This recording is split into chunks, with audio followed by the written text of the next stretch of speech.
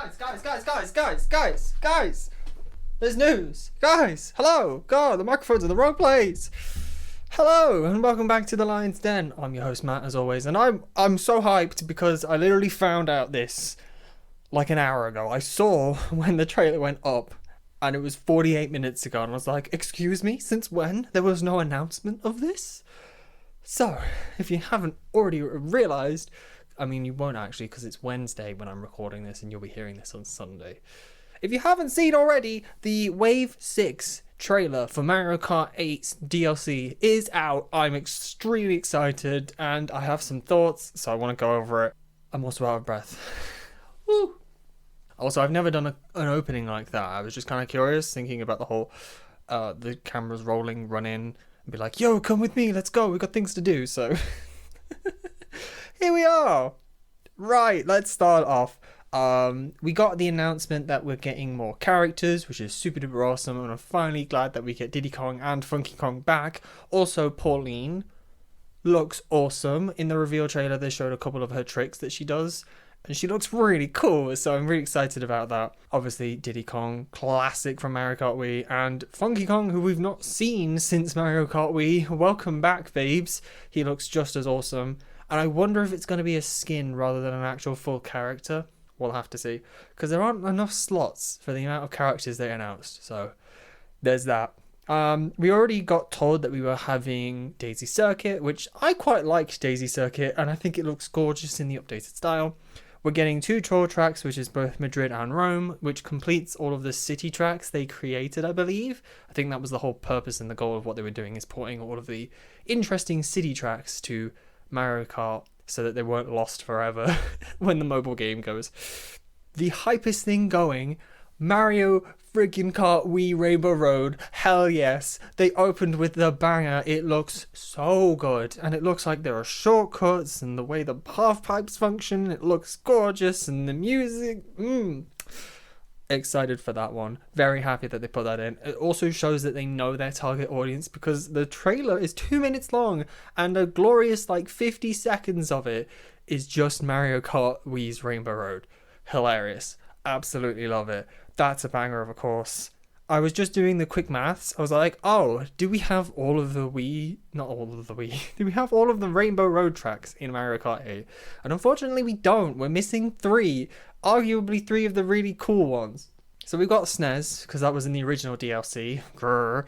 We got 64, because that was in the base game. And we got 8, because that was also in the base game.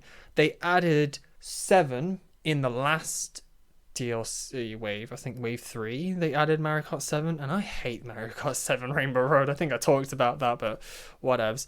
And they've just announced Wii in this one. So that's 5 of them. We're missing GBA, the Super Circuit one, the Mario Kart DS one with the cool loop-de-loops. Like, we have anti-gravity, why can't we do the loop-de-loops?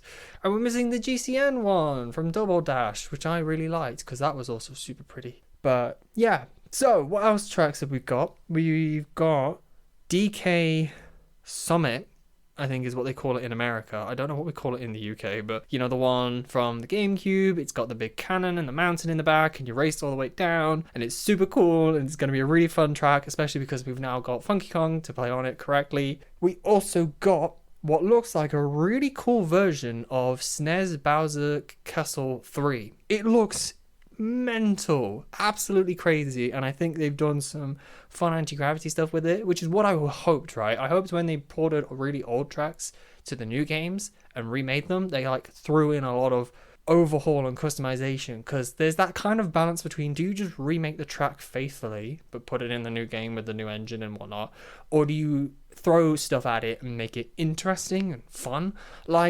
I think there's a fine line you can ride between being faithful but also being more interesting with the new game, because the flat tracks are really boring. I'll be honest. The flat tracks are really boring in the newer games, because the newer games are 3D. They're designed to go up and down and left and right. And even in Mario Kart 8, they're supposed to go upside down, right? The more interesting the track layout, the more fun they are, I think.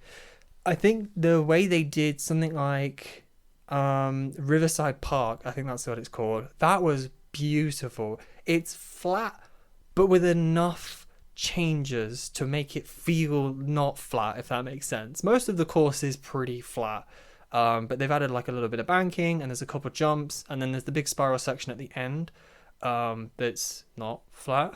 So it works really well, and I really love that track. It's super duper fun. The dud of the pack, which I might get flack for, is Rosalina's Ice World. It's fine. It's nice to see a Rosalina track, because I think it's literally the only one. But from the 3DS, there were so many other tracks you could have picked.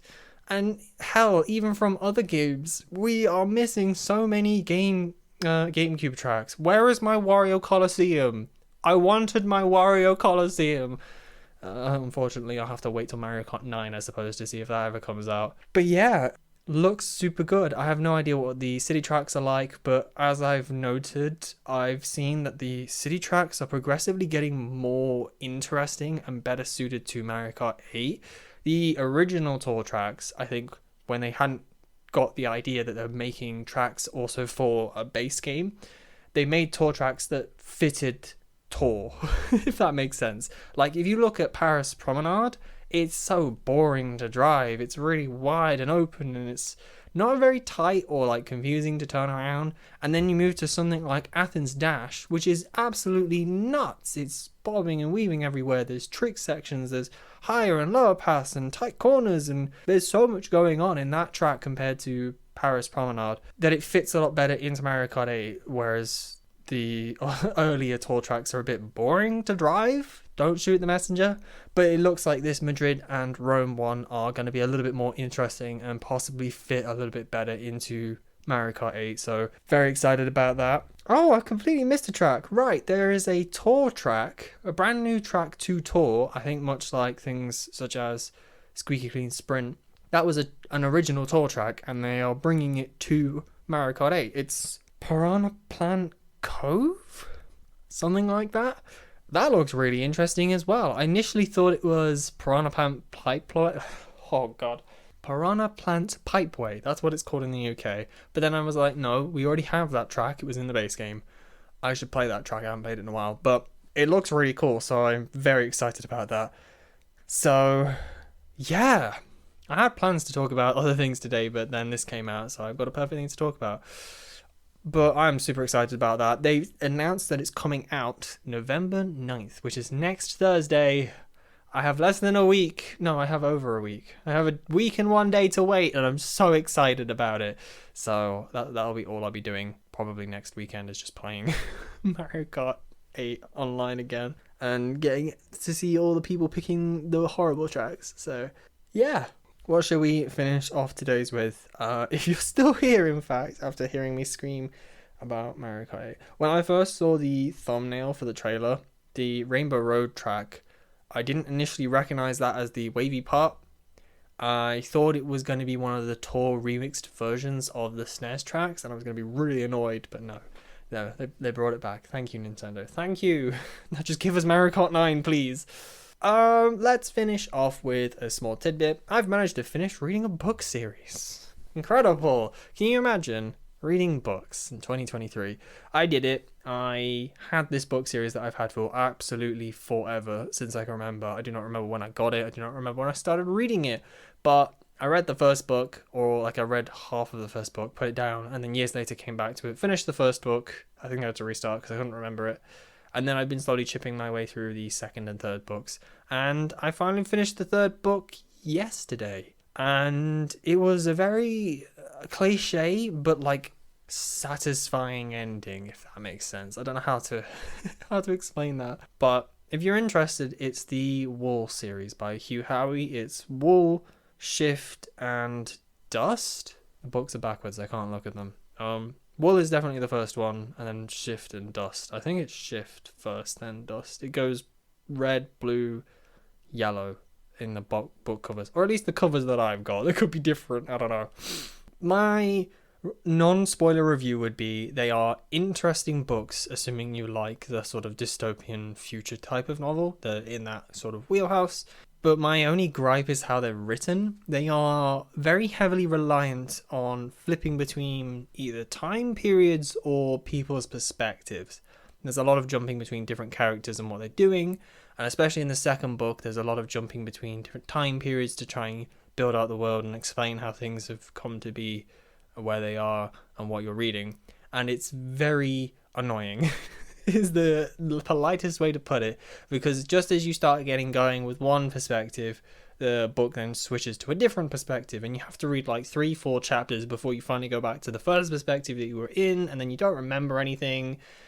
Just annoying. So that would be my only gripe. But otherwise, the content, really good. I think it just could have maybe done with a bit of a reshuffle to help with the tension building and the payoff. Or maybe I just don't like the writing style and I'm wrong. Who knows? Anyway, I hope you've all enjoyed listening. Stay safe, and I'll see you all next week. Bye!